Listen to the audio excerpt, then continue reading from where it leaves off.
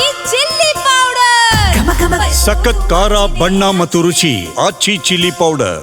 ಅಬಕಾರಿ ಇಲಾಖೆಯಲ್ಲಿ ಆಗಿರತಕ್ಕಂತಹ ಅಕ್ರಮದ ವಿಚಾರವಾಗಿ ಇವತ್ತು ಅಧಿವೇಶನದಲ್ಲಿ ಇದೇ ಜೋರ್ ಜಟಾಪಟಿಗೆ ಕಾರಣವಾಗಿದೆ. ಅದರಲ್ಲೂ ಕೂಡ ವಿಪಕ್ಷ ನಾಯಕ ಆರ್ ಅಶೋಕ್ ಅವರು ಒಂದು ಪೆನ್ ಡ್ರೈವ್ ಅನ್ನು ತೋರಿಸುವ ಮೂಲಕವಾಗಿ ನನ್ನ ಬಳಿ ದಾಖಲೆ ಇದೆ ಅಂತ ಹೇಳಿದ್ದಾರೆ.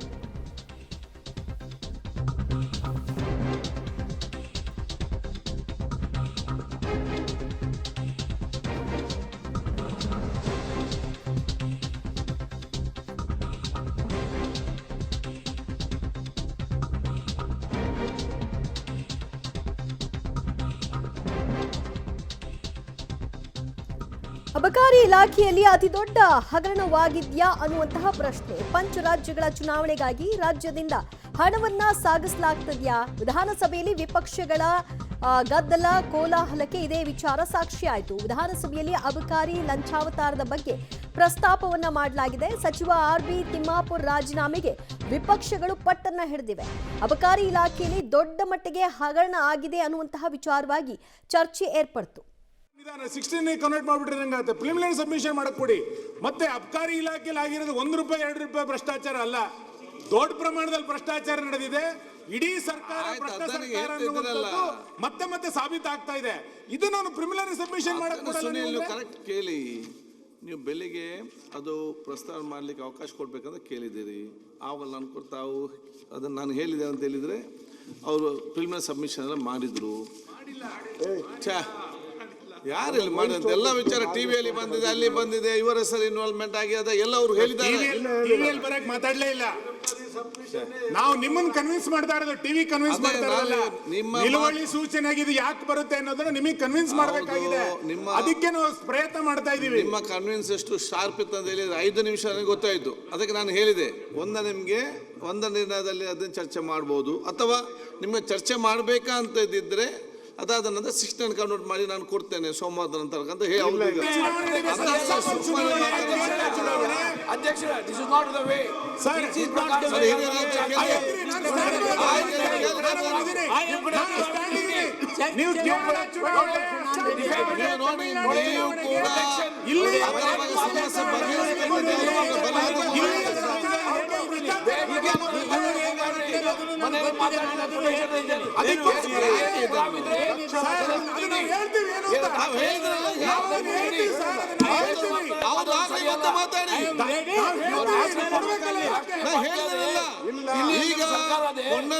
ಈಗ ಬಗ್ಗೆ ಮಾತಾಡಿದ ನಂತರ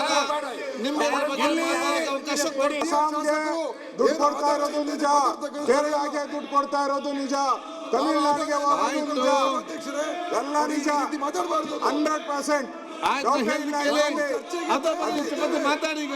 ಅಬಕಾರಿ ಇಲಾಖೆಯಲ್ಲಿ ಹಗರಣ ನಡೆದಿದೆ ಅನ್ನೋದಕ್ಕೆ ಸಂಬಂಧಪಟ್ಟ ಹಾಗೆ ಆಡಿಯೋ ವಿಚಾರ ಹೊರಗೆ ಬರ್ತದ ಹಾಗೆ ಅದರಲ್ಲಿ ಸಚಿವರ ಹೆಸರು, ಅವರ ಪುತ್ರನ ಹೆಸರು ಕೂಡ ಪ್ರಸ್ತಾಪ ಆಗಿತ್ತು ಅನ್ನೋ ವಿಷಯವನ್ನ ಇಟ್ಕೊಂಡು ಇವತ್ತು ವಿಧಾನಸಭೆಯಲ್ಲಿ ಚರ್ಚೆಗೆ ಅವಕಾಶವನ್ನ ಕೇಳಿದ್ರು. ಆದರೆ ಅಲ್ಪಾವಧಿ ಚರ್ಚೆಗೆ ಅವಕಾಶ ಕೊಟ್ಟಿದ್ದು ಕೂಡ ವಿಪಕ್ಷಗಳನ್ನ ಕೆರಳಿಸುವಂತೆ ಮಾಡಿತ್ತು. ಅಬಕಾರಿ ಇಲಾಖೆಯ ಅಕ್ರಮದ ಬಗ್ಗೆ ನಮ್ಮ ಬಳಿ ಸಾಕ್ಷ್ಯವಿದೆ, ಪೆನ್ ಡ್ರೈವ್ ಅನ್ನ ತೋರಿಸುವ ಮೂಲಕವಾಗಿ ವಿಪಕ್ಷ ನಾಯಕ ಆರ್ ಅಶೋಕ್ ಆಡಿಯೋ ಇದೆ, ಇದಕ್ಕೆ ಸಾಕ್ಷ್ಯ ಅಂತ ಹೇಳಿದ್ದಾರೆ. ಸಚಿವ ಆರ್.ಬಿ. ತಿಮ್ಮಾಪುರ್ ರಾಜೀನಾಮೆಗೆ ಪಟ್ಟನ್ನ ಹಿಡಿದಿದ್ದಾರೆ. ವಿಧಾನಸಭೆಯಲ್ಲಿ ಗದ್ದಲ ಕೋಲಾಹಲಕ್ಕೆ ಅಬಕಾರಿ ಇಲಾಖೆಯಲ್ಲಿ ನಡೆದಿರ್ತಕ್ಕಂಥ ಲಂಚ ಪ್ರಕರಣ ಅವಕಾಶ ಆಗಿದೆ. ಪೆನ್ ಡ್ರೈವ್ ಅನ್ನ ತೋರಿಸಿದ್ದಾರೆ ಆರ್ ಅಶೋಕ್ ಅವರು. ಇದರಲ್ಲಿ ಸಾಕ್ಷ್ಯ ಇದೆ, ಇದರಲ್ಲಿ ಆಡಿಯೋ ಇದೆ, ಇದರಲ್ಲಿ ತಿಮ್ಮಾಪುರ್ ಅವರ ಹೆಸರು ಪ್ರಸ್ತಾಪ ಆಗಿದೆ, ಅವರಿಗೆ ಇಷ್ಟು % ಹೋಗಬೇಕು, ಇದರ ಅರ್ಧ ಪಾಲು ಅವ್ರಿಗೆ ಹೋಗಬೇಕು ಅಂತ ಹೇಳಲಾಗಿದೆ ಅಂತ ಅಶೋಕ್ ಆರೋಪಿಸಿದ್ರು.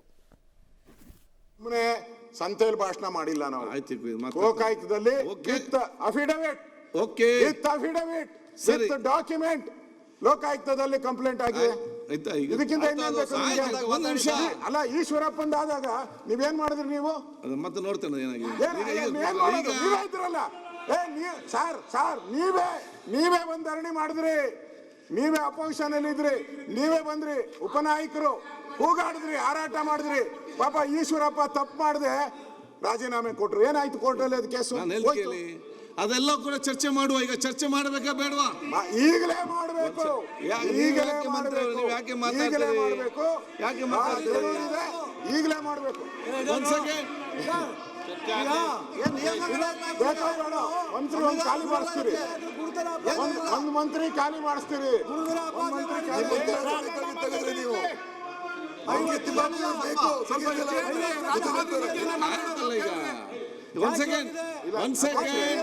ಒಂದ್ ಸೆಕೆಂಡ್ ಈಗ ನೋಡಿ ಈಗ ನೋಡಿ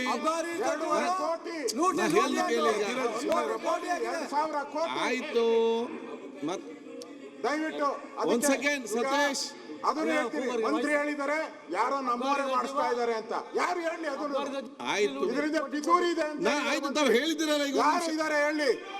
ಅವ್ರ ಮಂತ್ರಿ ತಾನೇ. ಕಾಂಗ್ರೆಸ್ನ ಡಬಲ್ ಸ್ಟ್ಯಾಂಡ್ ಹೇಗಿದೆ ನೋಡಿ ಅನ್ನೋದರ ಬಗ್ಗೆ ಅಶೋಕ್ ಅವರು ಪ್ರಸ್ತಾಪಿಸ್ತಾ ಇದ್ರು.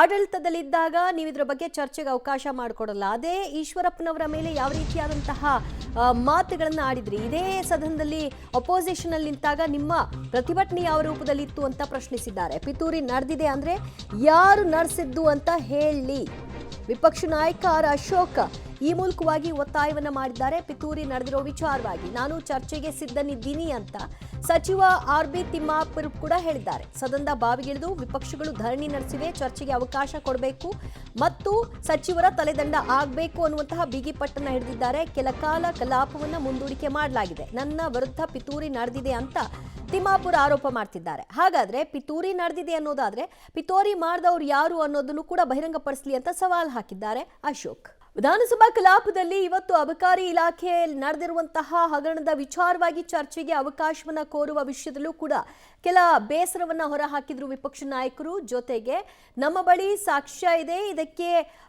ಏನ್ ಕ್ರಮ ಜರುಗಿಸ್ತೀರಿ ಅನ್ನುವಂತಹ ಉತ್ತರವನ್ನ ಈ ಕೂಡಲೇ ಕೊಡಬೇಕು ಅಂತ ಕೂಡ ಆಗ್ರಹಿಸಿದ್ರು. ಮತ್ತಷ್ಟು ಮಾಹಿತಿ ಕೊಡ್ತಾರೆ ನಮ್ಮ ಪ್ರತಿನಿಧಿ ಮಸೂದ್. ಚರ್ಚೆಗೆ ಅವಕಾಶ ಕೊಡುವಂತಹ ವಿಚಾರದಲ್ಲಿ ಮತ್ತು ಅಬಕಾರಿ ಸಚಿವರು ನನ್ನ ವಿರುದ್ಧ ಏನು ಪಿತೂರಿ ನಡೆದಿದೆ ಅಂತ ಹೇಳ್ತಾರೆ, ಈ ವಿಷಯವಾಗಿ ನಡೆದಂತಹ ಜಟಾಪಟಿ ಹೇಗಿತ್ತು? ದಿವ್ಯ, ಇವತ್ತು ಅಬಕಾರಿ ಇಲಾಖೆ ಅಕ್ರಮ ಸಂಬಂಧಪಟ್ಟಂತಹ ವಿಚಾರ ವಿಧಾನಸಭೆಯಲ್ಲೂ ಕೂಡ ಪ್ರಸ್ತಾಪ ಆಗಿ ಚರ್ಚೆ ಆಗಿ ಒಂದು ರೀತಿಯಲ್ಲಿ ಸದ್ದು ಮಾಡ್ತು. ಇದಕ್ಕೆ ಸಂಬಂಧಪಟ್ಟಂತೆ ಚರ್ಚೆಗೆ ಅವಕಾಶ ಕೊಡಿ ಅಂತ ಈಗಾಗಲೇ ನಿಲುವಳಿಯನ್ನು ಬಿಜೆಪಿ ಮಂಡನೆ ಮಾಡಿದೆ. ಆದರೆ ನಿಲುವಳಿ ಅವ್ರು ಯಾವ ನಿಯಮದ ಅಡಿಯಲ್ಲಿ ಕೇಳಿದ್ರು ಆ ನಿಯಮದ ಅಡಿಯಲ್ಲಿ ಚರ್ಚೆಗೆ ಸ್ಪೀಕರ್ ಅವಕಾಶ ಕೊಡಲಿಲ್ಲ. ಆ ಹಿನ್ನೆಲೆಯಲ್ಲಿ ಅದನ್ನು ಪ್ರಸ್ತಾಪ ಮಾಡಿ ಅಬಕಾರಿ ಇಲಾಖೆಯಲ್ಲಿ ಸಾಕಷ್ಟು ಅಕ್ರಮಗಳು ಪದೇ ಪದೇ ಹೊರಗಡೆ ಬರ್ತಾನೆ ಇದ್ದಾವೆ. ಈಗಾಗಲೇ ಮಂತ್ಲಿ ಮನಿ ಪ್ರಕರಣ ಬೆಳಕಿಗೆ ಬಂತು.